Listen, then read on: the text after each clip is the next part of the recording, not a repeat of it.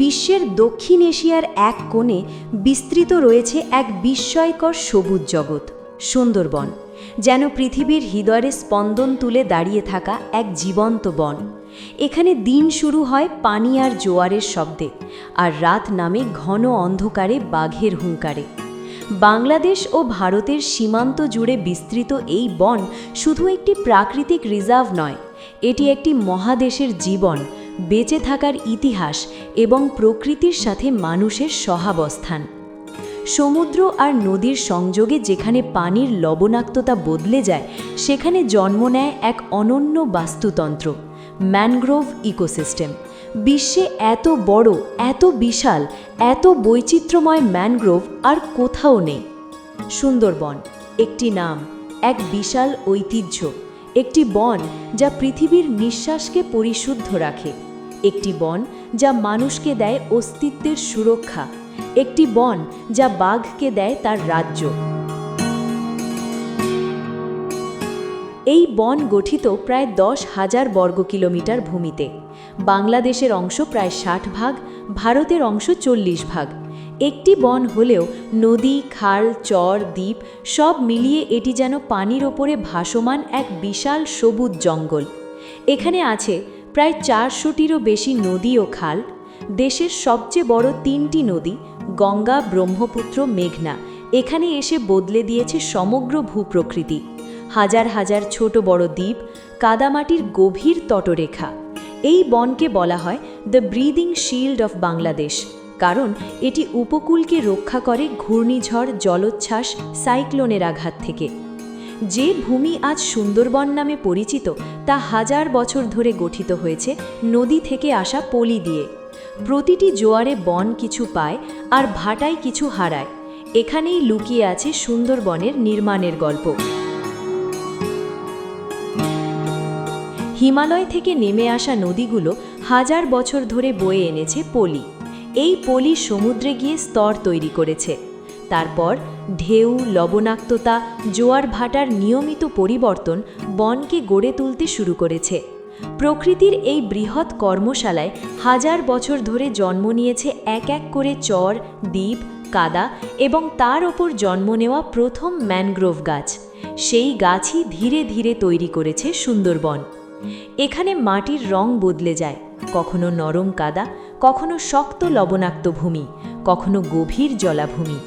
এখানে দাঁড়িয়ে থাকা প্রতিটি গাছ, প্রতিটি শিকড় একটি গল্প বহন করে হাজার বছরের অস্তিত্বের। সুন্দরবনের প্রাণ হল ম্যানগ্রোভ গাছ। এই গাছগুলি অনন্য, কারণ লবণ পানিতে, কাদা মাটিতে, জোয়ার ভাটায়, অক্সিজেন ঘাটতি মাটিতে এরা বেঁচে থাকতে পারে। সবচেয়ে বেশি দেখা যায় 3টি গাছ। গরান গাছ মজবুত শিকড় দিয়ে কাদা আঁকড়ে ধরে, গোলপাতা কুড়ে ঘর বানানোর জন্য বিখ্যাত, সুন্দরী গাছ যার নামেই বনটির নামকরণ সুন্দরবানস। সুন্দরী গাছের হাঁটু শিকড় বা নিউম্যাটোফোর পানির ওপরে উঠে শ্বাস নেয়। আর আছে কেওড়া, বাইন, গেওয়া, পাসুর এবং আরও শতাধিক প্রজাতি। এই সব গাছ মিলে একটি প্রাকৃতিক দেওয়াল তৈরি করে, যা সাইক্লোনের শক্তি কমিয়ে আনে। রয়্যাল বেঙ্গল টাইগার বিশ্বের সবচেয়ে শক্তিশালী, চতুর, জল অভ্যস্ত বাঘ। সুন্দরবনে আছে প্রায় 100 থেকে 120টি বাঘ, বাংলাদেশ অংশ। এরা সাঁতার জানে, নদী পেরোতে পারে, এমনকি নোনা পানিতেও খাবার খুঁজতে পারে। সুন্দরবনের বাঘ অন্য যে কোনো বনবাঘের তুলনায় অধিক গোপনীয়, সতর্ক, আক্রমণাত্মক এবং এলাকা নির্ভর। এদের চলার শব্দ নেই, এরা ছায়ার মতো আসে, ছায়ার মতো হারিয়ে যায়। এদের শিকার হরিণ, বানর, বুনো শূকর, মাছ, এমনকি কাকড়াও। বাঘ শুধু সুন্দরবনের প্রাণ নয়, এটি বাংলাদেশের পরিচয়ের অংশ।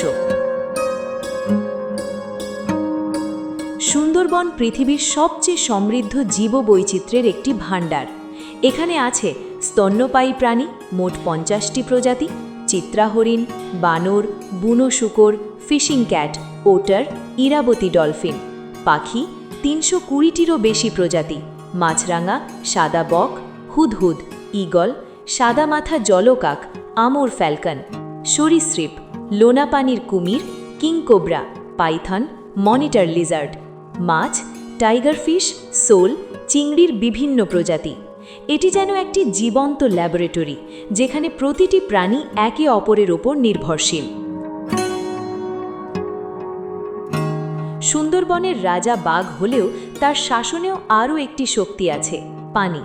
এখানে প্রতিদিন 2 বার উঁচু জোয়ার, প্রতিদিন 2 বার গভীর ভাটা, নদীর গতি, সাগরের ঢেউ, বৃষ্টির বন্যা সব মিলিয়ে বনকে টেনে নেয় এক অদ্ভুত ছন্দে। এই ছন্দই বনের প্রাণী জগৎকে পরিচালিত করে। এখানকার জেলেরা, মৌয়ালেরা, বাউয়ালেরাও এই প্রকৃতির নিয়ম মেনে কাজ করে। ভুল করলে মৃত্যু নিশ্চিত, কারণ এখানে সময়ে, জোয়ার আর বাঘ তিনটাই জীবন মৃত্যুর প্রশ্ন। সুন্দরবনের সাথে মানুষ হাজার বছর ধরে বাস করছে। মৌয়াল, মধু সংগ্রাহককারী, জীবন ঝুঁকি নিয়ে গভীর বনে ঢুকে বাঘের সামনে পড়ে যায়, কিন্তু বনের মধুই তাদের জীবিকা। বাউয়াল, গাছ সংগ্রাহককারী, গোলপাতা, কাঠ, গাছ সংগ্রহ করে, প্রতিটি দিনই ঝুঁকিপূর্ণ। জেলেরা, জোড়ার ভাটার হিসাব ভুল করলে নদী ভাসিয়ে নিয়ে যায়। এদের জীবন দারিদ্র্য, ভয়, আশা ও সংগ্রামে ভরা, তবুও তারা বনের সাথে সম্পর্ক তোলে শ্রদ্ধার। সুন্দরবনের সবচেয়ে বড় শত্রু জলবায়ু পরিবর্তন। সমুদ্র স্তরের উচ্চতা বাড়ছে, পানির লবণাক্ততা বাড়ছে, সুন্দরী গাছ কমে যাচ্ছে। ঘূর্ণিঝড়, সিডর, আইলা, আমফান বনের ওপর প্রচণ্ড আঘাত হেনেছে। মানুষের অতিরিক্ত শিকার, মাছ, কাঁকড়া, গাছ সবাই বিপদে পড়ছে। শিল্প ও দূষণ, কয়লা বিদ্যুৎ কেন্দ্র, নদী দূষণ, প্লাস্টিক এসব মিলিয়ে সুন্দরবনকে প্রতিদিন একটি অদৃশ্য মৃত্যুর দিকে ঠেলে দিচ্ছে।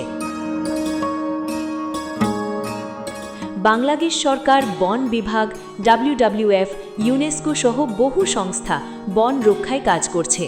বাঘ গণনা, smart patrolling, bulk training, mangrove পুনরুদ্ধার, কমিউনিটি প্রজেক্ট, বিকল্প জীবিকা, বন আইন শক্ত করা, এগুলো না থাকলে সুন্দরবন আজ আরও ছোট হয়ে যেত।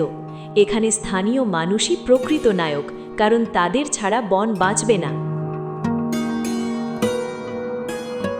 বিশ্বে ক্রমবর্ধমান জলবায়ু বিপর্যয় থেকে উপকূলকে সবচেয়ে বেশি রক্ষা করে সুন্দরবন।